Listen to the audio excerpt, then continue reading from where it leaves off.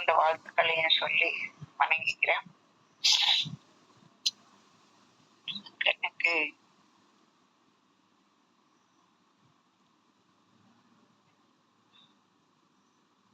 முதல் தந்திரத்துல அக்னி காரியம் 10 மந்திரம் உண்டு. அதை படிக்க போறோம். எல்லாம் வல்ல எம்பெருமான் ஈஸ்வரனுடைய திருவருளால், திருமூலர் பெருமானுடைய குருவர்களாலும் அக்னி காரியம் அப்படிங்கிறது ஒரு உயர்ந்த ஒரு வழிபாடு. இதை நம்ம படிக்கிறதுக்கு இறைவன் அருள் செஞ்சிருக்கிறதே நம்முடைய திருவருள் தான். இறைவன் கொடுத்த திருவருள் நமக்கு. அது மாதிரி இதை பார்ப்போம்.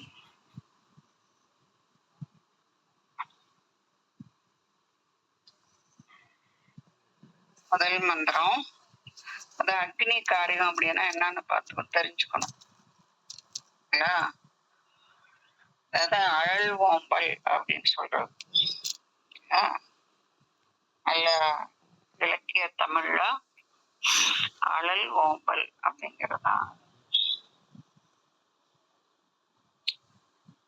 இது அந்தணர்கள் தான் செய்யணும் அப்படின்னு நம்ம ஒண்ணு சொல்லிட்டு இருக்கோம். இந்த அழல் ஓம்பல் யாரு செய்யறாங்களோ அவங்க அந்தணர்னு பேர். அவங்க செய்யறவங்கதான் அந்தணர், மற்றவங்களும் அந்தணர் கிடையாது. இது தினந்தோறும் செய்யலாம். வீட்லயே இல்லறத்துல இருக்கிறவங்களே செய்யக்கூடிய ஒன்றுதான். இது ஒரு எப்படி பூஜை முறை இருக்குல்ல, இறைவனை வழிபடுவதற்கு அந்த மாதிரி பூஜை எல்லாம் பண்ற மாதிரி, மந்திரம் எல்லாம் சொல்லி பூஜை பண்ற மாதிரி இது வேள்வி பண்றது.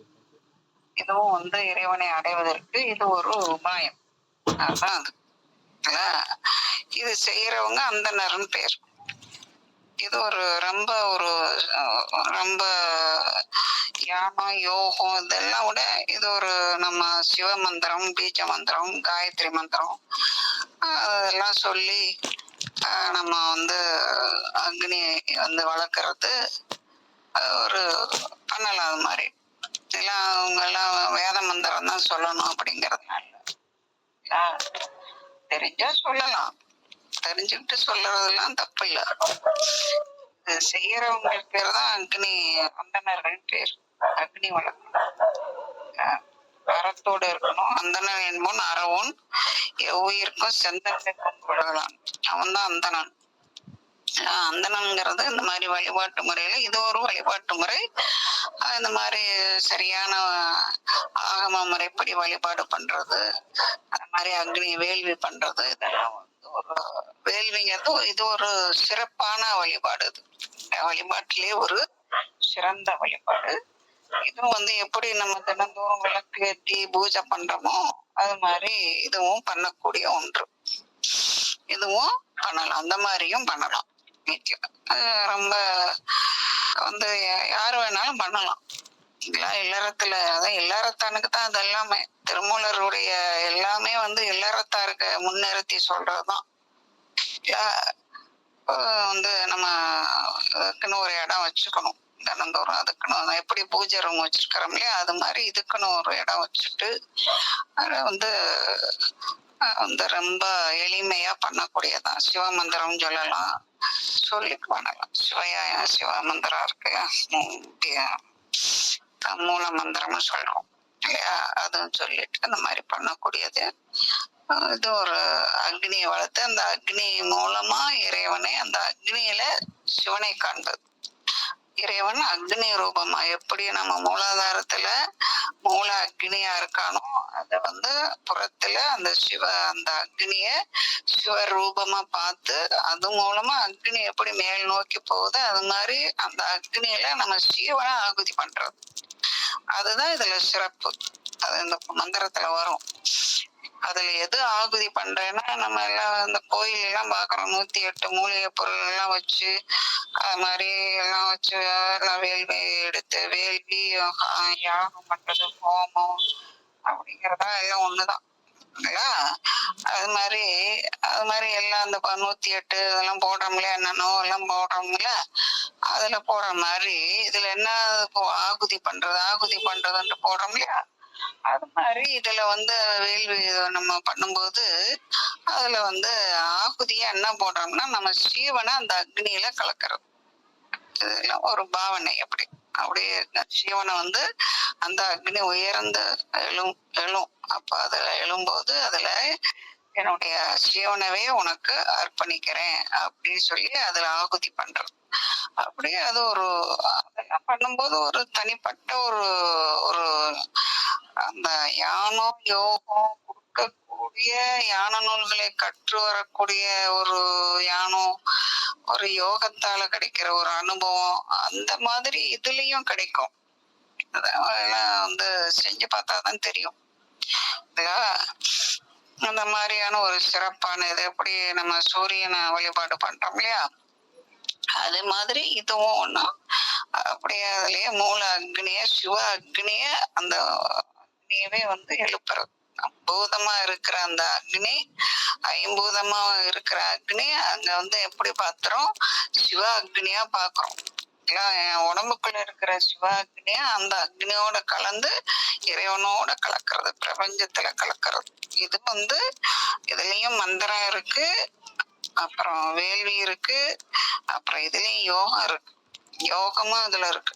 அப்படியே அதுல கலந்து பாவனை அதுல கலந்து சிவன் வந்து அந்த அக்னியோடு சேர்ந்து பிரபஞ்சத்துக்குள்ள அத விந்துக்குள்ள போயிடுற மாதிரி சுத்த மாயைக்கு போற மாதிரி. இதுவும் வேள்விங்கிறதே வந்து அந்த அக்னியோட மூல அக்னி எப்படி மூலாதாரத்தில் இருக்கிற குண்டலினி சக்தியை எழுப்பி மேல கொண்டுட்டு வந்து சிரசுக்கு சகசர தாமரைக்கு கொண்டுட்டு வந்து அந்த மாதிரி போறோம். அதே மாதிரி இதுவும் வந்து புறத்துல அக்னி எழுப்பி என்னுடைய மூல அக்னிய மூலாதாரத்தில் இருக்கிற சிவ அக்னிய அதோட கலந்து அதான் சிவன். சிவன் தான். சிவனும் அதுல குண்டலினி சக்தினா என்ன இருக்கு? அதுல சிவனும் சக்தி நானும் இருக்கேன். அதுல வந்து அப்படியே அதுல என்னையே நான் அதுல ஆகுதி பண்ணிட்டு அதோட அந்த அக்னி மேல் நோக்கி போகும்போது நானும் மேல் நோக்கி அந்த அந்த அதுக்கு நாதவன் பேரொழிக்குள்ள போய் கலந்துறது. அது மாதிரி இது ஒரு மந்திரம் இருக்கு, வேள்வி இருக்கு, யோகம் இருக்கு. அப்படி போகும்போது நமக்கு நிறைய வந்து எல்லாத்தையும் எல்லாம் கேட்டுதான் தெரிஞ்சுக்கணும், படிச்சுதான் தெரிஞ்சுக்கணும்னே இல்லை. எல்லாம் இறைவன் உணர்த்துவார் நமக்கு. இதெல்லாம் ஒரு அற்புதமான கலை. நம்ம அதுல எல்லாம் சிவ ஆகமத்துல உண்டு, இதுலயும் உண்டு, வேதத்திலயும் உண்டு. இதெல்லாம் காலாக்னி ருத்ரம்னு காலாக்னி உபனிஷத்துன்னு ஒண்ணு இருக்கு. அதுல இந்த அக்னியை பத்தி எல்லாம் சொல்லும். இல்ல அதுல என்னென்ன அக்னி உடம்புல வந்து 3 அக்னி இருக்கு, 4 அக்னி இருக்கு. தட்சிண அக்னி, ஆகாவணியம், கார்காபத்தியம்னு 3 அக்னி. அப்புறம் வயிற்றுல வைஸ்வானரன் அப்படின்னு ஒரு அக்னி இருக்கு. அதுல வந்து சாப்பிடும் போது உள்ள அந்த வைஸ்வானரன்கிற அந்த சிவ அக்னி தான் இந்த மாதிரியான ஒவ்வொரு இடத்துலயும் இருக்கும்போது வெவ்வேறு பேர். நம்ம உடம்புல இந்த மாதிரி 4 அக்னி இருக்கு. வயிற்றுல இருக்கிறது நம்ம சாப்பிடுறது எல்லாத்தையும் வந்து எல்லாம் ஜீரணிக்குது இல்லையா? அதுக்குத்தான் வயிற்றுல இருக்கிறதுக்கு அதுக்கு வந்து மாமிசம் எல்லாம் போடக்கூடாது. அதுக்குதான் அது சொல்றது. முக்கியமா புலால் உண்ணக்கூடாதுங்கிறது என்னத்துக்குன்னா அந்த மாமிசத்தை உள்ளுக்குள்ள இருக்கிற அக்னியில போடாதேங்கிறது. அப்புறம் உயிர்கொலை இது ஒண்ணு. அப்புறம் எல்லா உயிரிடத்தையும் அன்பா இருக்கணும், கொலை பண்ணக்கூடாதுங்கிறது அடுத்த புறத்துல. இது அகத்துல இந்த மாதிரி பண்றது. ரொம்ப நுட்பமான ஒரு கருத்துக்கள்லாம் இருக்கு, செய்திகள்லாம் இருக்கு. அப்படி அது மாதிரி 3 அக்னி. அந்த 3 அக்னி வைஸ்வானரங்கிறது வயிற்றுல இருக்கிற அக்னி. அந்த உணவு தான் அதுக்கு ஆகுதி பண்றோம். அப்ப அதுக்கு தூய்மையான உணவை அதுக்கு ஆகுதியா பண்றோம். ஏன்னா சிவன் தான் அந்த மாதிரி பல விதமான அக்னியா இருக்கான். சிவ அக்னி தான் அந்த மாதிரி பல விதமான, எப்படி வந்து சிவன் தான் வந்து திருமாலாகவும் பிரம்மாவாகவும் ருத்ரனாகவும் மகேஸ்வரனாகவும் இருக்கோ அது மாதிரி அந்த அக்னி தான் இந்த மாதிரி எல்லாம் இருக்குன்னு நம்ம மானிட உடம்புல அது 3 இருக்கு. அந்த 3உடைய கண்டத்துக்கு மேல வரும்போதுதான் அது 3 அக்னியும் மேல கொண்டுட்டு வந்து அதை 3 கீற்றா போடுறோம். 3 அக்னியும் வந்து அங்க செயல்படாம எனக்கு சிரசுக்கு வந்தாச்சு. சிரசுல வந்து அப்படி சிவனோடு சேர்ந்து அப்படி இருக்கதான் 3 கீற்று அந்த அக்னிக்குரிய குறியீடா சொல்றது. அப்புறம் அந்த 3 முப்புரிய நூல் சொல்றோம்ல, அந்த 3 அக்னியும் திரிச்சு முப்புரிய நூலா அந்த நூல் போடுறது இல்ல. அதான் முப்புரிய நூலுங்கிறது. இது 3ஐயும் காட்டுறதுதான். நமக்கு இது திருநீருங்கிற ஒரு அதிகாரமே இருக்கு இல்ல. அதுல அதெல்லாம் சொல்லுவார். அப்படியே இந்த 3 அக்னியும் வந்து மேல நெற்றியில 3 அக்னியும் எனக்கு அக்னியெல்லாம் எல்லாம் வந்து என்ன ஆயிருச்சு, எல்லாம் சிவத்தோட சேர்த்து வச்சிடறது. அது அப்புறம் வடவா அக்னின்னு இருக்கும். கடலுக்குள்ள இருக்கிறது. அது கடலை வந்து பொங்கி வர செய்யறதும் வற்ற செய்வதும் அதுதான். உலக அழிவப்ப அந்த வடவா அக்னி பிரளய காலத்துல அது வந்து வற்ற செய்யறது. அப்புறம் ஜடர அக்னின்னு ஒண்ணு இருக்கு. அது உலக அழிவுக்கு, அதுதான் முழுக்க ஊழி இல்ல. அந்த வடவ அக்னிங்கிறது கடல்ல பொங்க வைக்கிறது, வற்ற வைக்கிறது அந்த அக்னி. அப்புறம் அது வந்து கடலுக்கு வந்து கரை கிடையாது இல்லையா, அது அப்படியே வச்சிருக்கு பாருங்க. அந்த அக்னி தான் வந்து கடலை வந்து அப்படியே வச்சிருக்கு. அது சீரும் போதுதான் அந்த மாதிரி வெளியில எல்லாம் சுனாமி எல்லாம் வருதுன்னு சொல்றோம் இல்லையா, அந்த மாதிரி அது ஒண்ணு சொல்றது வடவ அக்னின்னு சொல்றது. ஜடர அக்னிங்கிறது அழிவு, உலகத்தை எல்லாத்தையும் அழிக்கிறது. அந்த மாதிரி அது ஒரு அக்னி, அது ஊழிக்காலம். புத்த மட்டும் இல்ல, இதுவே மாத்துறது.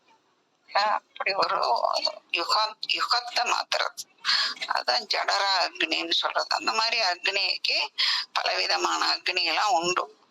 அந்த மாதிரி இருக்கிற அக்னிய நம்ம வீட்டுக்குள்ள எப்படி வெளியில இருக்கிற அக்னிய வந்து நம்ம சிவ அக்னி வந்து மூலாதாரத்துல இருக்கிறோம், அந்த அக்னிய வந்து நம்ம எப்படி அந்த மேல வந்து அப்படியே தியானத்து மூலமா கொண்டுட்டு வந்து மேல சிரசுக்கு வர்றோமோ, அது மாதிரி இந்த அக்னிய அந்த இடத்துல நம்ம வீட்டுல சின்னதா கூட பண்ணலாம். ரொம்ப எல்லாம் பெரிய இதெல்லாம் பண்ணணும்னு அவசியம். சும்மா 4 செங்கலை வச்சு நடுவ வந்து நல்லா நமக்கு அது அத்தியால அரசு 3ஐயும் போட்டு அதுதான் அத்தியால அரச பஸ்பமாக்குறதான் திருநீர். அதையும் நம்ம திருநீராவும் எடுத்துக்கலாம் இல்ல. அதையும் திருநீர்ல அதையும் சொல்லுவார். அத்தியால அரசு பஸ்பமாகிறது ஆக்கி திருநீராவும் வச்சுக்கலாம். அந்த அக்னியை தான் நம்ம வந்து அதை அந்த மாதிரி நம்ம அதெல்லாம் எரிச்சு மந்திரம் சொல்றோம். சிவ மந்திரமே போதும் நமக்கு. அதை விட பெரிய மந்திரம் என்ன இருக்கு நமக்கு? அதைய சொல்லி அந்த அக்னிய நெய் ஊத்தி அக்னி எழுப்பி நம்ம சிவனவே அதுக்கு ஆகுதி பண்றோம். அப்படி பண்றோம். இது வந்து ஒரு குறிப்பிட்ட நாள் வச்சு அதையே தொடர்ந்து செய்யணும். தினந்தோறும் செய்வாங்க. அது இது வந்து குறிப்பிட்ட நாள்ல அந்த மாதிரி ஒரு தடவை செய்யணும் அப்படிங்கறதும் வச்சுக்கணும். அப்படியும் பண்ணக்கூடாது, ரொம்ப எளிமையா செய்யலாம். அது யாரு இந்த மாதிரி வந்து சிவன் வழிபாடு பண்றாங்களோ அவங்கதான் பண்ணும். அதுல ஒண்ணு இருக்கா, காளிய கும்பிடுறவங்க அவங்க எல்லாம் பண்ணக்கூடாது. அம்பாள் உபாசகர் எல்லாம் பண்றது கிடையாது.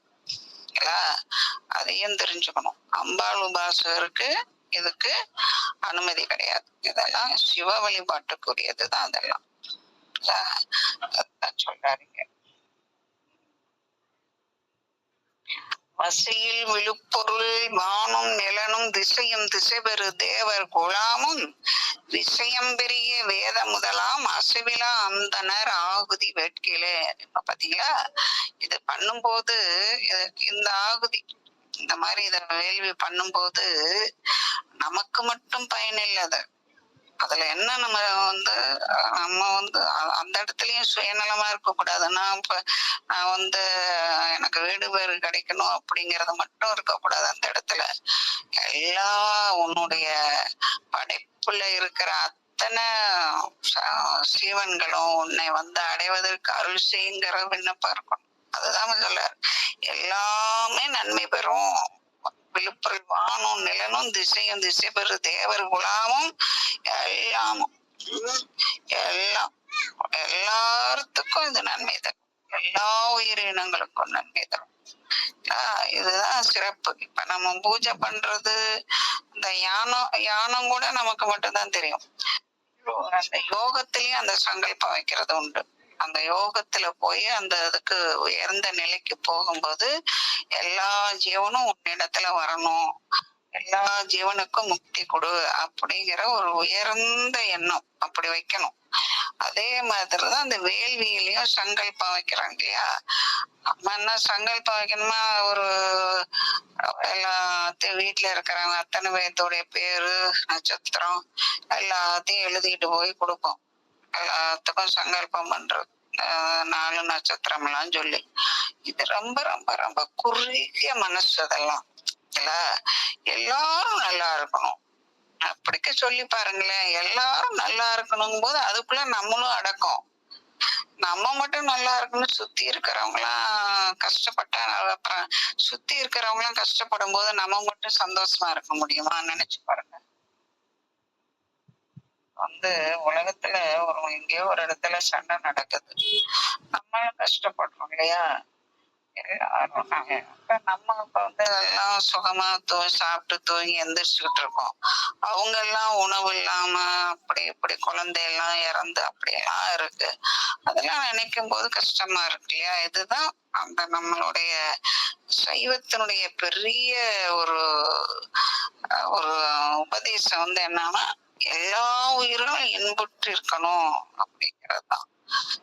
அதுக்காக தான் அந்த மாதிரி பண்றது. இதுல பண்ணும்போது எல்லா உயிர்களும் இன்புற்று இருக்கணும், இந்த பிரபஞ்சத்தில் இருக்கிற எல்லா உயிர்களும், இந்த உலகத்தில் இருக்கிற எல்லா உயிர்களும் இன்புற்று இருக்கணும், உன்னை அடையணும் அப்படின்னு அறத்தோட வாழணும் அப்படின்லாம் சொல்லணும். இப்ப அதெல்லாம் ரொம்ப பண்றது இல்ல. அதனாலதான் ரொம்ப அராஜகம், ரொம்ப பொய், புரட்டு, ஊழல், திருட்டு நிறைய பெருகி இருக்கிறதுக்கு காரணமே பாக்குறோம் இல்லையா. அதுதான் காரணம். எல்லாம் எல்லாம் சுயநலமா இருக்கு. அப்படி இருக்கக்கூடாது. அதுக்குதான் இதெல்லாம் படிக்கிறோம். அதான் பாருங்க, அசைவிலா அந்தனர் ஆகுதி வேட்கையிலே என்ன ஆகுமா, அப்படி சோம்பல் இல்லாது, அப்படியே சோம்பல் இல்லாதுன்னா தினந்தோறும் செய்யறது. அவங்கதான் அக்னிஹோத்திரியும்பாங்க. அவங்கள தினந்தோறும் செய்வாங்க சொல்லியிருக்காங்க. தினந்தோறும் அவங்க செய்வாங்க. அது அவங்க எங்கேயாவது தொழில் நிமித்தமாகவோ வேற ஏதோ வெளியூர் போயிட்டாங்கன்னா அந்த வீட்டுல இருக்கிற அந்த மனைவிக்கும் அந்த உரிமை உண்டு, அவங்களும் செய்யலாம். இந்த மந்திரம்லாம் சொல்லி அவங்களும் செய்வாங்க. இது விடாம அந்த அணையாம இருக்கும் அந்த நெருப்பு. அதுல அந்த மாதிரி சொல்லி அந்த மாதிரி ஒண்ணும் இருக்கு. அப்படின்னா குற்றமில்லாத விழுப்பொருள் அப்படியெல்லாம் கிடைக்கும். விழுப்பொருள் கிடைக்கும், உயர்ந்த மேன்மையான அப்படி இருக்கும். வானும் நிலனும் எல்லாரும் நல்லா இருப்பாங்க, குலாமும் எல்லாருக்கும் நல்லா சிறப்பா இருப்பாங்க. அப்படிலாம் நடக்கும் போது எல்லாரும் சிறப்பா இருப்பாங்க. மழை வேண்டிலாம் இருக்கிறாங்க, செய்யறாங்க இல்லையா. உலக அமைதிக்காக பண்றது, மழை வேண்டி பண்றது, அதெல்லாம் தனி மனிதனா போய் சங்கல்பம் பண்ணக்கூடாது. எல்லாருமே சேர்ந்து சங்கல்பம் பண்றதும், எல்லாம் உலகத்துல மக்கள் எல்லாம் அமைதியா இருக்கணும், அவங்க அறத்தோட இருக்கணும், உன்னை அடைவதற்கு நீ அருள் செய்யணும் அப்படின்னு வேண்டிக்கணும். சரி, அதுதான் சொல்றாரு. அதுக்கு அவ்வளோ ஒரு பவர் உண்டு. அந்த மாதிரி அந்த அக்னிக்கு அவ்வளோ ஒரு பவர் உண்டு. ஏன்னா இந்த இதுல தக்கன் வேள்வியில அக்னிக்கு தான் பெரிய தண்டனை கொடுப்பாரு. நீ போகாம இருந்தா அங்க வேள்வியே நடத்தி இருக்க மாட்டான் தக்கன் அப்படின்னு சொல்லி அக்னிக்கு தான் பெரிய தண்டனை கொடுப்பாரு. மத்தவங்க நீ ஏன் போன, நானே வராத இடத்துல நீ ஏன் போனன்னு சொல்லி அக்னி இல்லாம வேள்வி பண்ண முடியாது இல்லையா. அக்னி தான் அங்க முதன்மையானது. அந்த மாதிரி உண்டு, அக்னிக்கு அவ்வளோ ஒரு சிறப்பு உண்டு. அந்த அக்னிய நம்ம ஏதோ நினைக்கிறோம், அது ரொம்ப ஒரு சூக்கமமான ஒண்ணு ஒண்ணு அது. காற்று அக்னி கோவப்பட்டா என்ன ஆகுறது பாத்தீங்களா? நேருக்கு அந்த பஞ்சபூதங்கள் அதான் இயற்கை கோவப்பட்டுச்சுன்னா அவ்வளவுதான் அப்படின்னு சொல்லுவாங்க. அதுல ரொம்ப அக்னி கோவப்பட்டாதான் பெரிய இழப்பு வரும். எல்லாம் அப்படி பஸ்மமாக்கிடும். நீரு காற்று கூட அப்படிலாம் ஒண்ணும் பண்ணாது. ஆனா அக்னி இருக்கே அது எல்லாத்தையும் பஸ்மமாக்கி விட்டுரும். ஒரு தெரியாம ஆக்கிரும் அது. அதுதான் இப்ப திருமூலரோட சொல்லும் போது அக்னியாலதான் இந்த உலகம் அழியும் அப்படின்னு சொல்லியிருக்காரு. அப்படிலாம் உண்டு. அதனால அக்னிய ஒரு பெரிய சிறப்பான ஒண்ணு. அத மதிக்க தெரியணும். சரி. ஆகுதி வேட்கும் அருமறை அந்தனர். ஆகுதி வேட்கும் அருமறை அந்தனர் 4 வேதமும் தெரிந்த அந்தனர். ஆகுதி வேட்கும் நீ அப்படியே வேள்வி வளர்க்கிற அந்தனர்கள் போகதி நாடி புறம் கொடுத்து உண்ணுவர். மறுமை நலம் வேண்டி பிறருக்கு கொடுத்து உண்ணுவர். மறுமை நல வேண்டி பிறருக்கு மறுமை நல வேண்டி பிறருக்கு கொடுப்பாங்க. மறுபிறப்பு நல்ல, அதாவது இறைவனை வேண்டி எனக்கு நல்ல கதி கொடுக்கணும்னு சொல்லி அது பிறருக்கு கொடுத்து உண்ணுவர். அந்த இடத்துல தானமும் பண்றது இது ஒரு மாதிரியானது. தாவிதி வேண்டி தலைப்படும் மெய்நெறி. நம்முடைய விதியை மாற்றுவதற்காக தலைப்படும் மெய்நெறி. அதாவது மெய்நெறி மெய்ப்பொருளை அடைவதற்குரிய இது ஒரு நெறி. எப்படி இறைவனை அடைவதற்கு நம்ம சரிய கிரிய யோகம் 4 நெறின்னு சொல்றோம்ல, அதே மாதிரி இது ஒரு வேள்வி இது ஒரு நெறி. மாதிரி மந்திரம் தந்திரம் யந்திரங்கிற மாதிரி இது ஒரு நெறி, இறைவனை அடைவதற்குரிய ஒரு நெறி. சரி. தாமறிவாளை தலைப்பட்டவாறு இதெல்லாம் எப்படி பண்ணணுங்கிறத தெரிஞ்சிருக்கணும். இப்ப படிச்சுட்டோம் தெரிஞ்சுக்கிட்டோம் அவ்வளவுதான். இது எங்கேயோ எல்லாம் போய் கத்துக்கிறதெல்லாம் இல்ல. இதுதான் சொல்லிருந்தேன், எளிமையா பண்ணலாம். ஆனா அத்தியாள அரசு 3 தான். அததான் சமைத்துன்னு ஏதோ குச்சியெல்லாம் போடக்கூடாது. இது ரொம்ப கொஞ்சமா எளிமையா அப்படி வச்சு பண்ணி நெய் விட்டு அதை பண்ணிட்டு அப்படியே நம்ம அதுல பண்ணிட்டு ஒரு 1/4 மணி நேரம் தான் ஆகும். அது மாதிரி பண்றது. அதாவது தலைப்படு மெய்நெறி மெய்ப்பொருள் அடைவதற்கு தாமறிவாலே தலைப்பட்டவாறே இந்த அறிவுனால இந்த வழிமுறையினால இந்த நெறிப்படி இதை அறிந்து இறைவனை அடைவதற்குரிய இந்த வழியை பின்பற்றினார்கள் அப்படின்னு சொல்லிட்டார். அனைதுணை அந்தனர் அங்கியுள் அங்கி. அங்கியுள் அங்கி. அந்த நம்ம வளர்க்கிற வேள்வி தீயில யார் இருக்கிறது? சிவ அக்னி இருக்கு. அங்கிக்குள்ள அங்கி அந்த சிவ வேள்வி அக்னிக்குள்ள சிவ அக்னியும் இருக்கு, மூல அக்னியும் அதுக்குள்ள இருக்கு. அனைதுணை வைத்ததன் பொருளான இப்படி இருக்கிறான். உயிரோட இறைவன் பொருந்தி இருக்கான் இல்லையா, உயிர்ல இறைவன் இருக்கான் இல்லையா, சிவனோடு இறைவன் கலந்துதான் இருக்கான். அது மாதிரி உட்பொருள் இணைதுணை யாமத்து இயங்கும் பொழுது எப்படி உயிர்ல சிவனும் கலந்துதான் இருக்கான். அது மாதிரி அது உலக அப்புறம் அப்படி இருக்கா. நீ என்ன பண்ற? அப்படி இருக்கும்போது உன்னுடைய உயிரை அங்க புறத்துல இருக்கிற அந்த சிவ அக்னியில மூல அக்னியில கலந்துட்டினா அப்படி சிவத்துக்கு அப்படியே போலாம். அக்னி மேல் நோக்கி தானே எரியுது, மேல போயிடலாம். இல்லாட்டி போனா யாமத்தை இயங்கும் பொழுது, யாமம்னா மூலாதாரம்னு அர்த்தம். மூலாதாரத்துல யாமம்னா இருட்டுன்னு ஒரு பொருள் உண்டு. இருட்டு இருள் அப்புறம் மூலாதாரத்தை கீழ் நோக்கி இயங்கும் போது ஆயதோர் துணையணை ஆயதோர் தூய் நெறியா. உலகத்தோட நீ இருந்தீனா, நான் யாமத்து இயங்கும் பொழுது அப்படின்னா அந்த மூலாதாரத்துல இருந்துட்டு உலக இச்சையில நீ இயங்கும் பொழுது, ம், ஆமா, இயங்கும் பொழுது இயங்க கூடாது. அதனால என்ன மூலாதாரத்துல இருக்கு, மூலாக்னி எங்க இருக்கு? இப்ப மூலாதாரத்துல இருக்கு. அது எங்க? மண் தத்துவம். சைவ சித்தாந்த கோட்பாடுபடி மூலாதாரங்கிறது சுவாதிட்டானமும் மண் தத்துவம். மண் தத்துவம் கீழ் நோக்கி அங்க பூமியோட ஈர்ப்புல இருக்கு. அப்படி நீ அங்கே இருந்தீனா உனக்கு தூய் நெறிக்குள்ள போக முடியாது இல்ல. அதனால அதனால நீ மேல் நோக்கி போகணும்னா இந்த மாதிரி இதுக்கு ஒரு உபாயம் இருக்கு. இது ஒரு இந்த மாதிரி அக்னி நெறி ஒண்ணு இருக்கு. அந்த வழியா நீ போலாம். நீங்க இருந்து கீழ் நோக்கி நீ இருந்தீன்னா மறுபடியும் பிறக்கணும். அதனால என்ன பண்ற, உயிர்ல அந்த சிவன் உட்கார்ந்து இருக்கான். அவன் தான் உன் உடம்புக்குள்ள உயிர் இருக்கு. உயிருக்குள்ள யாரு இருக்கா? சிவன் இருக்கான். அதனால நீ என்ன பண்ணணும், நீ இதுல மூலாதாரத்துல இருந்து மண் தத்துவத்துல ஈர்ப்புல இருந்தீன்னா, உலக ஈர்ப்புல இருந்தீன்னா மறுபடியும் பிறக்கணும். அதனால நீ மேல் அந்த உன்னுடைய ஜீவனை நீ அந்த ஆகுதி பண்ணிடு. அந்த புறத்துல இருக்கிற அக்னி அதுக்குள்ள சிவனை கண்டு அதுக்குள்ள ஆகுதி பண்ணிட்டீன்னா நீ மறுபடியும் பிறக்க மாட்ட.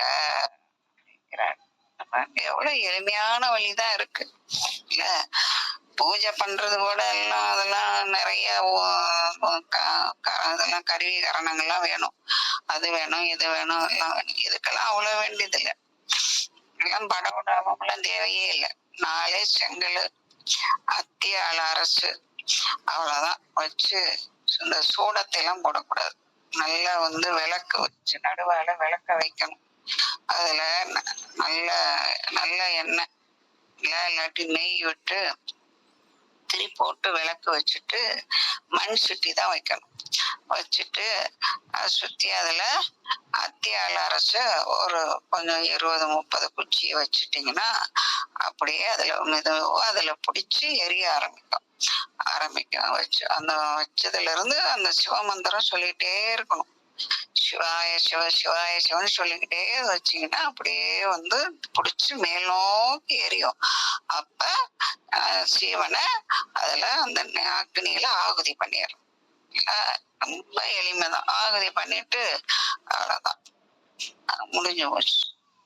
அப்புறம் அதுக்கு நான் நைவேத்தியம் பண்றேன், ஊருக்கெல்லாம் கூப்பிட்டு எல்லாருக்கும் கொடுக்குறேன். அதெல்லாம் தேவையே இல்லை. ரொம்ப இந்த ஆடம்பரமே பண்ணக்கூடாது. இறைவனும் நம்மளும் பேசணும், அவ்வளவுதான். இறைவன் ரொம்ப எளியன் இல்ல. அதனால வருவான். அப்படியே ஆகுதி பண்ணி எல்லா உயிர்களும் வந்துட்டா வரணும், எல்லாரும் அறத்தோட இருக்கணும் அப்படின்னு சொல்லி ஒரு சங்கல்பத்தையும் வச்சுட்டு அப்படியே இறைவனை கும்பிட்டுட்டு அவ்வளவுதான், முடிஞ்சு போச்சு. அது அப்புறம் அமர்ந்துடும். போதி 2 ஓதி புரிந்து அருள் செய்திட்டு, போதி 2 இது வேதமும் ஆகமும். நமக்கு முக்கியமா சிவாகமம் தான் இல்ல. வேதம் பொது, ஆகமம் சிறப்பு. அதான் வேதம் பொது, பொது சித்தாந்தம் சிறப்பு அப்படின்னு சொல்லுது. புரிந்து ஓதி புரிந்து அருள் செய்திட்டு மாதிரண்டாகி மகிழ்ந்து உடனே நிற்கும். அப்படி இறைவனம் இதெல்லாம் நமக்கு இதெல்லாம் தெரியாது, வேதம் தெரியாது, சிவாகமம் தெரியாதுன்னா அதனால அது இந்த மாயை வேலை பார்க்கும். நமக்கு வேதமும் தெரியாது, சிவாகமும் தெரியாது, அதனால என்னத்த போய் சொல்றது, அதெல்லாம் ஒண்ணும் வேண்டாம் அப்படின்னு அந்த மாயை குறுக்க போட்டு நம்மள புத்திய மாத்தும். அதெல்லாம் ஒன்னும் தேவையில்லை. இறைவன் நீ இத பண்ணினாலே அதனால் வேதத்துல இருக்கிறோம் சிவாகமங்களும் போற்றப்படுகின்ற அம்மையும் அப்பனும் அதில் உனக்கு அருள் செய்வான். மகிழ்ந்து உடனே நிற்கும். அப்படி நூலை ஓதி அருள் செய்துட்டு மெய்யான நூல்கள் எல்லாம் நான் படிச்சு இதெல்லாம் பண்ணணும்னு நினைச்சு, ஆமா அதெல்லாம் பண்ண முடியாது. இதெல்லாம் நம்ம இந்த புத்தி இருக்க அதெல்லாம் மாயை, அதெல்லாம் மாத்தி விட்டுரும். அதெல்லாம் கண்டுக்கவே கூடாது. அதெல்லாம் பண்ணலாம் நம்ம. சரியா? அப்படி செய்யும்போது நமக்கு அப்படியே இறைவனும் இறைவியும் அப்படியே வந்து நமக்கு அருள் செய்வார்கள். உடனே நிற்கும், மகிழ்ந்து உடனே நிற்கும். தாதிரண்டாகிய தன்னம் பறவைகள், சிவசக்தி தன்னம் பறவைகள் நமக்கு ரொம்ப கூடவே இருக்கிற அம்மையும் அப்பனும் பறவைகள் வேதிரண்டாகி வெறிக்கின்றவாறு மயங்கின்றது. அப்படிலாம் கட்டி அந்த அருள் வழங்கக்கூடியவங்க எல்லாம் என்ன ஆகும்? வேதிரண்டாகி வெறிக்கின்றவாறு. உலக நாட்டத்தில் இருந்தா என்ன ஆகும்? அது உன்னைய திரும்பி கூட பார்க்காது. அம்மையும் அப்பனும் அருள் கிடைக்கும். அந்த 2 பேரையும் அதைத்தான் சொல்லுது. நீ இதெல்லாம் அருள் செய்துட்டு மாதிரண்டாகி மகிழ்ந்து உடனே நிற்கும். எப்ப நீ இந்த மாதிரி வேள்வி செஞ்சீன்னா அம்மையும் அப்பனுமா வந்து உனக்கு அருள் செய்வாங்க. அந்த 2 பேரும் இருக்கிறாங்க. சிவனும் சக்தியும் வந்து வேதி 2 பிரிஞ்சு நிப்பாங்க. நீ இதெல்லாம் பண்ணாண்டி போன ஆகும். அம்மை மாயை அது மூலாதாரத்துல நம்ம உலகில இருக்கும்போது கூடவே தான் இருக்கும். அதனாலதான் அது மாயா இல்லையா? அத வந்து கூட தான் இருக்கும், பார்த்துக்கிட்டே தான் இருக்கும். என்ன பண்றது? நான் தான் இதெல்லாம் நல்லா கலர் கலரா நல்லா இருக்கு, சுவையா இருக்குன்ட்டு நான் இதுலயே அலைஞ்சிட்டு இருக்கும்போது சரி இது எப்படா திரும்பி வரும்னு இருக்கும். கூட தான் பார்த்துக்கிட்டு தான் இருக்கும். அதனால 2 பேரும் கீழே இது இருக்கும், மேல சிவன் இருப்பார். சிவன் என்ன சொல்லுவாரு? நீ அது எப்ப வர வரையும் இருந்து கூட்டிக்கிட்டு வான்னு தான் உட்கார்ந்துருப்பாரு நம்ம தலைமையில. இல்ல எல்லாம் மாஞ்சு மாஞ்சு படிக்கிறோம். எத்தனையோ இடத்துல வருது. என் தலையிலதான் திருவடி இருக்கு, அவனுடைய செந்தாமரை பாதை என் தலையில தான் இருக்கு, என் சென்னி மீசை இருக்கு, அதெல்லாம் படிக்கிறோம். அங்கதான் உட்கார்ந்து இருக்காரு. மாயா கீழே உட்கார்ந்துட்டு இருக்கு, அம்மா சக்தி கீழே உட்கார்ந்துட்டு இருக்கு. நானும் உலகத்துல பொறுக்கிக்கிட்டே இருக்கேன். அது நல்லா இருக்கு, இது நல்லா இருக்கு, அது சுவையா இருக்கு, இது சுவையா இருக்குன்னு எல்லாம் எல்லாம் எல்லாம் எல்லாம் பார்த்ததுக்கெல்லாம் ஆசைப்பட்டுக்கிட்டு அப்படியே திரியுது. அதனால நான் வந்து அப்படியே அதை என்ன பண்ணும், அது கூப்பிட்டு கூப்பிட்டு பார்த்து அழுத்து போய் சரி திரிஞ்சு அலைஞ்சு திரிஞ்சு வந்து சேரட்டும்னு பார்த்துக்கிட்டு இருக்கு. அப்பதான் நான் ஒரு இடத்துலதான் ஒரு ஜென்மாவிலதான் வந்து போதும், இதுல இருந்து நான் விடுபடணும், அப்பாடி வேண்டாம் அப்படின்னு நினைக்கும் போதுதான் இறைவன் வந்து நமக்கு அப்பதான் நமக்கு அருள் நூல்கள் எல்லாம் காட்டி கொடுப்பாரு. அப்பதான் நம்ம வந்து இதெல்லாம் சும்மா திருவாசகம் படிக்கிறேன் அது இதெல்லாம் படிச்சு எல்லாம் திருமந்திரம் எல்லாம் நம்ம கையில எடுத்து படிக்கிறோம்னா இதெல்லாம் அப்பதான் இதெல்லாம் வந்து இதை விட்டு விலகணும்னு நினைக்கும் போது நினைச்சு ஏங்கிருப்போம் போன ஜென்மாவில. அப்புறம் இந்த ஜென்மாவில ஒரு காலகட்டத்துல வந்து நமக்கு ஒரு இதை கொடுக்கறாரு இல்ல, அதை கையில கொடுக்கறாரு. கையில கொடுத்ததுக்கு அப்புறமும் நம்ம உலகியல்ல போய்கிட்டு இருந்தோம்னா அப்புறம் இறைவனுடைய அருளுக்கு பாத்திரமாக மாட்டோம், கோபத்துக்கு தான் பாத்திரம். உனக்கு இவ்வளவு அருநூல்கள் எல்லாம் கையில கொடுத்தும் நீ வரல, பாஸ் பண்ணலைன்னா நான் என்ன பண்றதுன்னு அப்புறம் திருப்பி திருப்பி இன்னும் கொஞ்சம் பிறவியத்தான் கொடுத்துக்கிட்டே இருப்பாரு.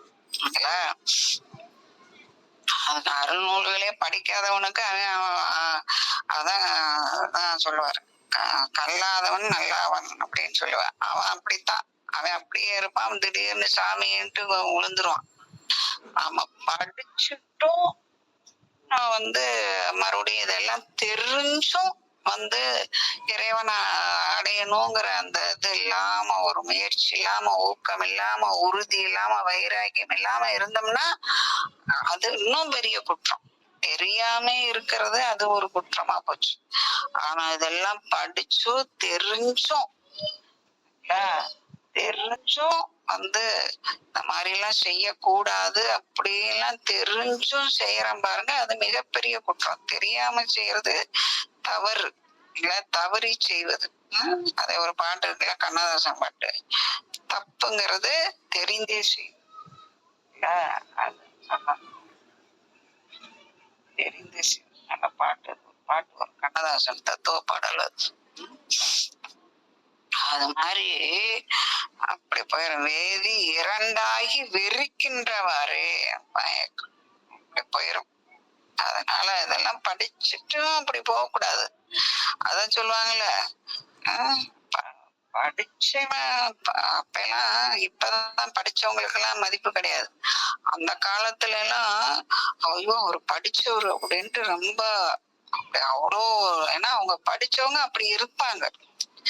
அவங்க எல்லாம் படிச்சவங்க, நிறைய அதெல்லாம் படிச்சவங்க சொல்லி உட்கார்ந்து இருந்தாங்கன்னா எந்திரிச்சு நின்று அப்படியே இடுப்புல துணியை கட்டிட்டு வணங்குவாங்க. அவ்வளோ ஒரு மரியாதை கொடுப்பாங்க அந்த காலத்துல. ஒரு 60 வயசுக்கு மேல இருக்கிறவங்களுக்கு எல்லாம் தெரிஞ்சிருக்கும், படிச்சவங்களுக்கு அப்படி ஒரு மரியாதை. இப்ப எல்லாம் மரியாதை எல்லாம் கிடையாது, ஏன்னா படிச்சவங்க அப்படி இருக்கிறதும் இல்ல. நெய் நின்று எரியும் நெடும் சுடரே சென்று, அப்படி நெய் நின்று நெய் விடணும். நெய்யில கூட தில்லுமுள்ளுதான், அது உண்மையான நெய்யே கிடையாது, அதுலயும் கலப்படம் தான். நெஞ்சு எரியும் நெடும் சுடரே சென்று, பார்த்தீங்களா, அதுல அப்படியே எரியுது பாருங்க. அதுல சென்று மை நின்று எரியும் வகை அறிவார்க்கு அஞ்சா, அதுல ஆகுதி பண்ணிட்டுன்னா என்னாகும், சீவன் இருக்கிற அஞ்ஞானமும் போகிறோம். மை நின்று எரியும் உன்னுடைய ஆணவ இருளும் போயிரும், அதுல போயிரும். அறிவாருக்கு, இதெல்லாம் அறிந்தவர்களுக்கு மை நின்று அவிழ் தரும் மந்திரமும் என்றும், அதான் மந்திரமும் சொல்லி செய் நின்ற செல்வமும் தீயதுமாமே. தீயும் தீயும் வேள்வி தீதான் பெரும் செல்வன்றார். செய்கின்ற தீதான் பெரும் செல்வம். இது ஒரு மிகப்பெரிய, இது ஒரு சிவப்பேரு. இதெல்லாம் ஒரு பற்று வரணும். இப்ப என்ன செய்யறோம், இதெல்லாம் பண்ண பக்கத்துல இருக்கிறவங்கள ஒரு மாதிரி கேலி பண்றாங்கிறது, அப்ப அதெல்லாம் என்னென்னமோ சொல்றாங்க. இதெல்லாம் நம்மளா நமக்கு அந்த அளவுக்கு அதுல பிடிப்பு இல்லைன்னு பேரு. மத்தவங்க குறை சொல்றாங்கன்னா, மத்தவங்கள அப்படி சொல்றாங்க, கேலி பண்றாங்க, அப்படி அப்படின்னு நிறைய சொல்லுவாங்க. உனக்கு அதுல அவ்வளவு பிடிப்பு இல்ல, மத்தவங்க கேலி பண்றப்ப அப்படி அதுதான் அங்க ஞாபகம் இருக்கு. இத யாரு என்ன பண்ணாலும் நான் இதை விடாது பண்ணுவேன். இறைவனுக்கு நமக்கும் உள்ள எதுக்கு இடையில ஒருத்தர் விடணும்? அதுதான் கேள்வி நமக்கு.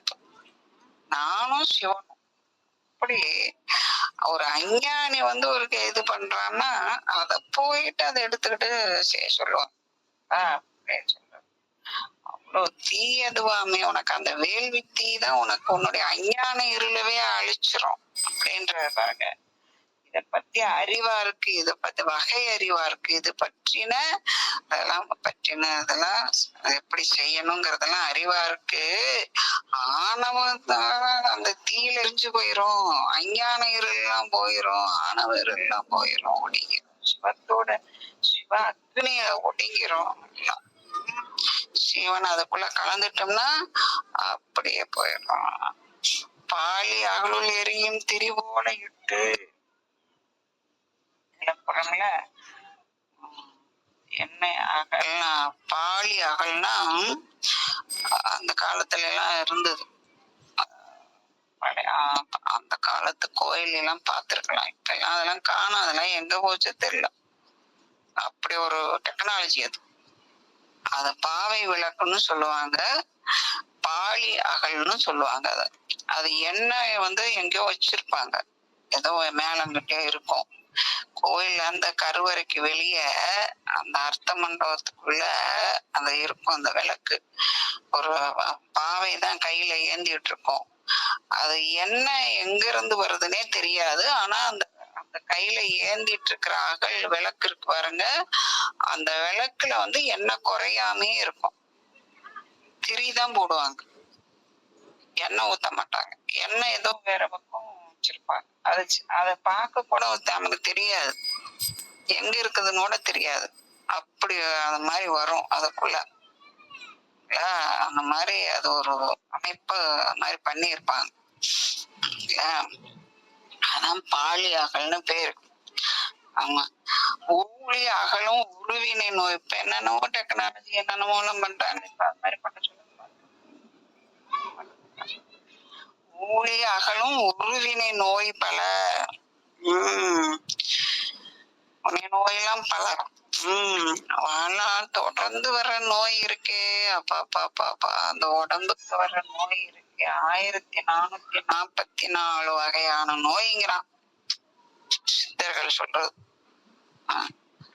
1444 அப்படி இருக்கு. அவ்வளவு நோயாமா, அவ்வளவு நோய் இருக்கு. ஊழி அகலும் உருவினை நோய் பல. நம்ம வினையினால ஊழ்வனை உறுத்து ஊட்டுவதும் என்பதுங்கிற மாதிரி அந்த வினையினால நமக்கு அவ்வளவு நோய் வருது. வாலி செய்து அங்கி உதிக்க அவை விழும்.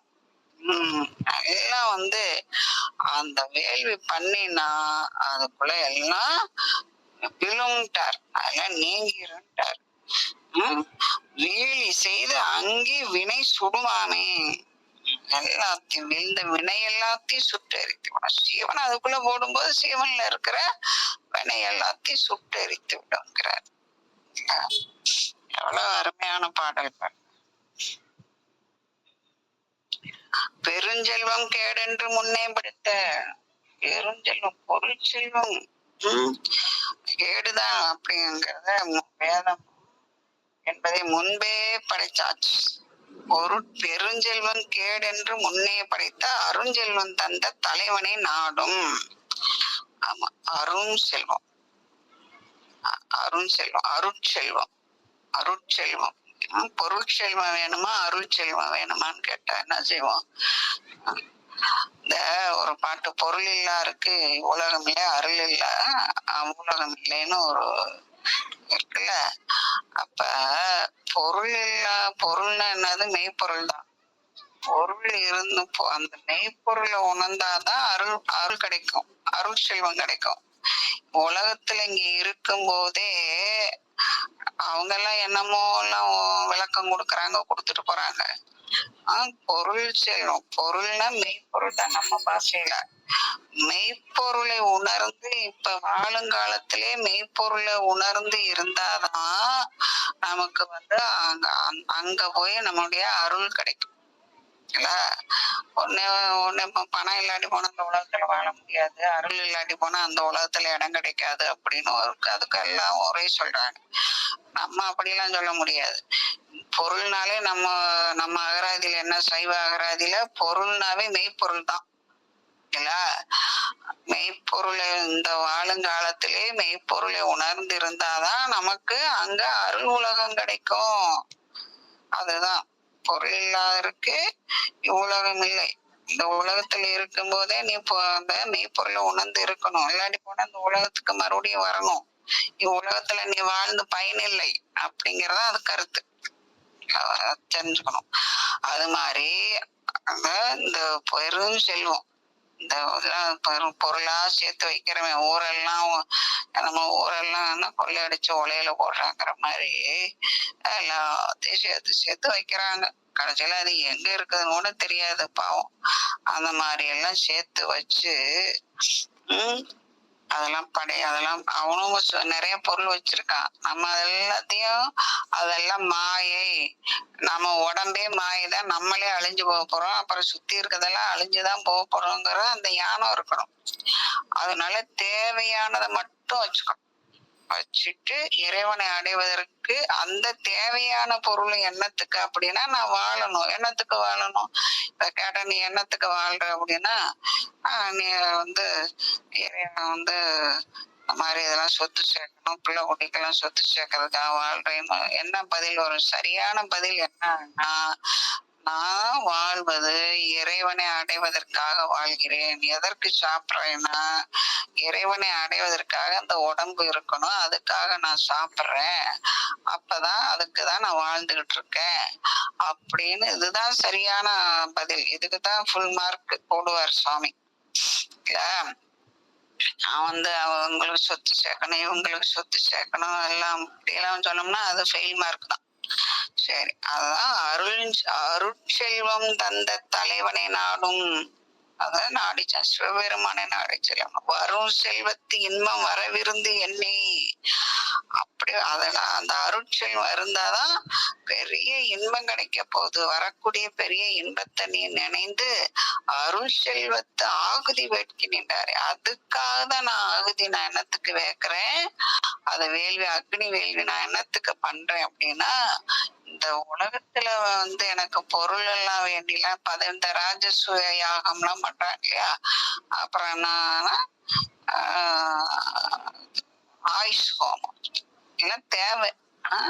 நீண்ட ஆயுளோட இருக்கணும். என்னத்துக்கு ஆயுளோட இருக்கணும்னு கேட்டா, அந்த அதுக்கு நான் இன்னும் இறைவனை நான் அடையல, அதனால இன்னும் கொஞ்சம் நான் இருக்கணும், இருந்து ஞான நூல்கள்லாம் கட்டி யோகம் எல்லாம் பண்ணி நான் அதெல்லாம் இறைவனை அடையறதுக்காக நான் அந்த ஆயுஷ் ஹோமம் பண்றேன்னு எவனாவது சொல்லுவானா? நீங்க கேட்டு பாருங்க. நீ என்னத்துக்காக இப்ப 60 வயசு 80 வயசுல என்னமோ ஆயுஷ் ஹோமம் எல்லாம் பண்றாங்க. என்னக்காக ஆயுஷ் ஹோமம் பண்றேன்னு கேட்டு பாருங்க. எல்லாம் உலகத்துல நடக்கிற காரியம் தானே. என்ன பதில் வருதுன்னு கேட்டுட்டு வைங்க, எல்லாம் உதவும் இல்ல. நான் இன்னும் எனக்கு கொஞ்ச நாள் கொடுக்கணும், எனக்கு இன்னும் இறைவனை அடைவதற்கு நான் இன்னும் முயற்சி பண்ணிட்டு இருக்கேன், எனக்கு இன்னும் அந்த சிவ அனுபூதி வரமாட்டேங்குது, அதனால இறைவன்கிட்ட எனக்கு இன்னும் கொஞ்ச நாள் தள்ளி போடணும்னு கேட்டேன் அப்படின்னு சொல்றாங்க. என்ன சொல்றாங்கன்னு கேட்டு பாருங்க. ஆனா ஒரு டெஸ்ட் வச்சு பாருங்க. நான் டெஸ்ட் வச்சு பாத்துருக்கேன். எல்லாத்துக்கிட்டையும் இந்த பதில் தான் வருது.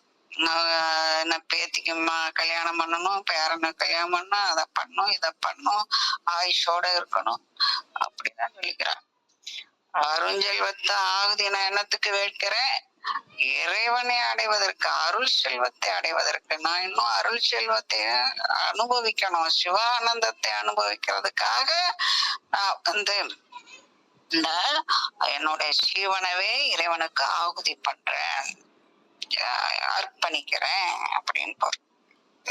வேள்வி பண்ணி என்னுடைய அர்ப்பணிக்கிறேன். ஒன் சுடரானை உழப்பி நாதனை ஒழுக்கி, ஒன் சுடரானை உழப்பி நாதனை, அழிவற்றதான நாதனை எம்பெருமானை, ஒன் சுடரான் ஒளி மிகுந்தவனை, எல்லாவற்றுக்கும் ஒளியை கொடுக்கக்கூடிய ஒளி மிகுந்தவனை, அதான் ஒன் சுடர். ஒன் சுடராகி என் உள்ளத்தில் இருக்கிறான், அவன் என் உள்ளத்துக்குள்ள இருக்கா, எல்லாத்துக்கும் ஒளியை கொடுக்கறான். சூரியனுக்கு ஒளி, சந்திரனுக்கு, நட்சத்திரத்துக்கு, எல்லாத்துக்கும் ஒளியை கொடுக்கிற இறைவன் எனக்குள்ளேயும் இருக்கான், என் உள்ளத்து இருக்கிறான். என் உள்ளத்துல உயிருக்கு உயிர்ப்ப கொடுத்து கொண்டு உயிர் ஒளியாக இருக்கிறான். கண் சுடரும் உலகிலும் கடந்த அவன் கண் சுடரும் நெற்றிக்கண்ணையுடைய எம்பெருமான். அவன் உலகேலும் எல்லா உலகத்துக்கும் அவன் தான் தலைவன். அவன் எல்லாத்துக்கும் ஒளியும் கொடுத்து இயக்கிட்டு இருந்து அதையும் கடந்து அப்புறம் தன் சுடர் ஓம தலைவன். அப்படி எல்லாத்திலையும் வியாபித்து இருக்கிறான், எல்லாத்தையும் இயக்கிட்டு இருக்கான். ஒரு பேராற்றல் மிக்கவன். அவன் எனக்குள்ளேயும் வேற இருக்கான்.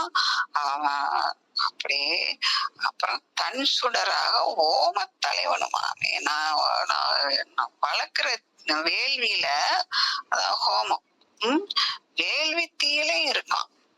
அப்படி பாருங்க, வேள்வித்தியிலும் இறைவன் இருக்கிறான். ஓமத்துள் அங்கியின் உள்ளுளன் எம்மிரை. சரி, ஓமத்துள் அங்கியின் உள்ளுளன் எம்மிரை. அப்படி அப்படி எப்படி இருக்கிறான், ஹோமத்தில அக்னியா இருக்கிறது இல்ல, அந்த நெருப்புல அவன் அக்னியா இருக்கான். அக்னினா அந்த அக்னினா சூடு, அந்த நெருப்புக்குள்ள அப்படி தீயில அக்னியா இருப்பவன். ஹோமத்துள் அங்கியின் உள்ளுளன் எம்மிரை. எப்படி இருக்க, அந்த நெருப்புல சிவாக்னியும் இருக்கு. எல்லாத்துக்குள்ளயும் இருக்கிறவன், எனக்குள்ள இருக்கிறவன் அதுக்குள்ளே தான் இருக்கான். அந்த அந்த ஒளி வடிவமா இருக்கான், அக்னி வடிவமா இருக்கான். தீ அப்படி எரியிற நெருப்புக்குள்ள அப்படி அந்த இருக்கிறான் இருக்கிறான். எம்மிரைன்றார். என்னோட இறைவன் ஈமத்துள் அங்கே இரதம் கொள்வான் உளன். அப்படின்னா ஈமம்னா சுடுகாடுன்னு பேர். அங்க சுடுகாட்டுல எரியற நெருப்புலையும் இருக்கும், இங்க ஹோமத்தியிலையும் இருக்கான், எனக்குள்ளயும் இருக்கான், எல்லாத்துக்கும் ஒளிய கொடுத்துக்கிட்டும் இருக்கான், அப்புறம் எல்லாத்தையும் கடந்து இருக்கான். அப்படி வேமத்துள் அங்கே விளைவு வினைக்கடல். என்னது ஆன்மா? அந்த ஆன்மா வேள்வித்தின் விளைவால் அங்கே விளைவு வினைக்கடல். வினைக்கடலோட வினையால வினைக்கடலுக்குள்ள கட்டக்கிற ஆன்மா இந்த வேள்வித்தியினால அப்படி அங்கே குறைகடல் தானே. அப்படி என்ன ஆயிரும், என்னுடைய ஆன்மாவை அந்த அக்னிக்குள்ள போடும் போது என்ன ஆயிரும், என் ஆன்மாவோட கடல் மாதிரி இருக்கிற வினைக்கடல்ன்றார். அப்படி அந்த கடல் போன்று இருக்கிற அந்த வினை எல்லாமே அதுக்குள்ள எல்லாம் நீங்கிரும். எழுத்தில பட்டு தூய்மையாக்கி குறைகடல் தானே. வினைக்கடல்ல இருந்து எங்க போயிடுச்சு? குறைகடல். குறைனா சத்தம், சத்தம்னா நாதம். அதுக்குள்ள போயாச்சு. வினைக்கடலுக்குள்ள கிடந்த என்ன நானே அக்னிக்குள்ள விழுந்தேன். அக்னிக்குள்ள விழுந்ததும் அங்க எந்த கடலுக்குள்ள போயிட்டு நாதா கடலுக்குள்ள போயாச்சு அப்படின்றார்.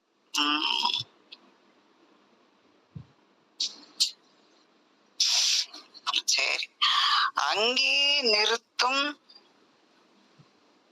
அருந்தவர் ஆரணம். பாத்தீங்களா, அருந்தவம், அருந்தவர் ஆரணம். அங்கே நிறுத்தும், இந்த வேள்விய விடாது செய்யறாங்களே அருந்தவர் அப்படின்னா, அப்படி அருந்தவம் உடையவர். ஆரணம்னா வேதத்தை நிலைத்து இருக்கும்படி இந்த வேதத்தையும் ஓதுவாங்க இல்லையா? வேதம் அதான் சொல்ல போன வரமே பார்த்தோம். 4 வேதத்தையும், அதுதான் ராஜராஜ சோழன் காலத்துல இது ரொம்ப பிரசித்தி பெற்று இருந்தது. அப்படி 4 வேதத்தையும் ஓதி அந்த அதான் அப்படியே வந்துட்டே இருந்தது. இதெல்லாம் எங்க நடக்குன்னு தெரியல, எனக்கு தெரிஞ்ச வரைக்கும் ஒரு இடத்துலயும் காணும். அப்படியே அந்த வேதத்தை சொல்லிக்கிட்டே இருப்பாங்க, நிறுத்தாம அப்படியே சொல்லிக்கிட்டே இருக்கிறது. அந்த வேள்வியும் நடந்துகிட்டே இருக்கும், வேதமும் ஓதிக்கிட்டே இருப்பாங்க. அப்படி ஆறுதான் ஆரணம்னா வேதம் அர்த்தம். அருந்தவர் ஆரணம் தங்கி இருக்கும் வகை அருள் செய்தவர்.